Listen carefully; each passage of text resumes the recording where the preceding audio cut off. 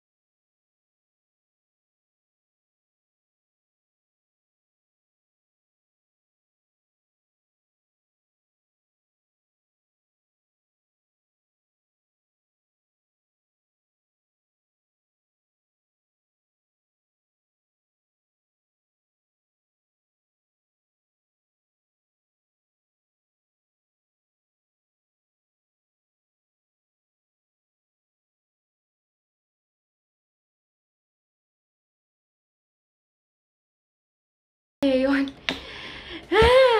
Kapagod. Okay, so wait lang. Iinom muna ako, ha.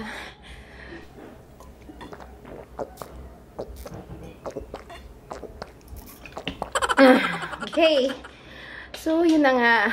Sinubukan ko nga yung exercise na ginagawa ni Kanshan Rai. Okay? Hindi niya pa to alam. At sana wag niya na to mapanood kasi baka magalit siya dahil baka mapagalitan niya ako dahil hindi ko sineryoso yung kanyang tinuturo. Well, sana next time magawa ko na ng maayos yung kanyang tinuturo na exercise. Alam mo, ang hirap. Simple lang talaga. Simple lang yung kanyang exercise eh.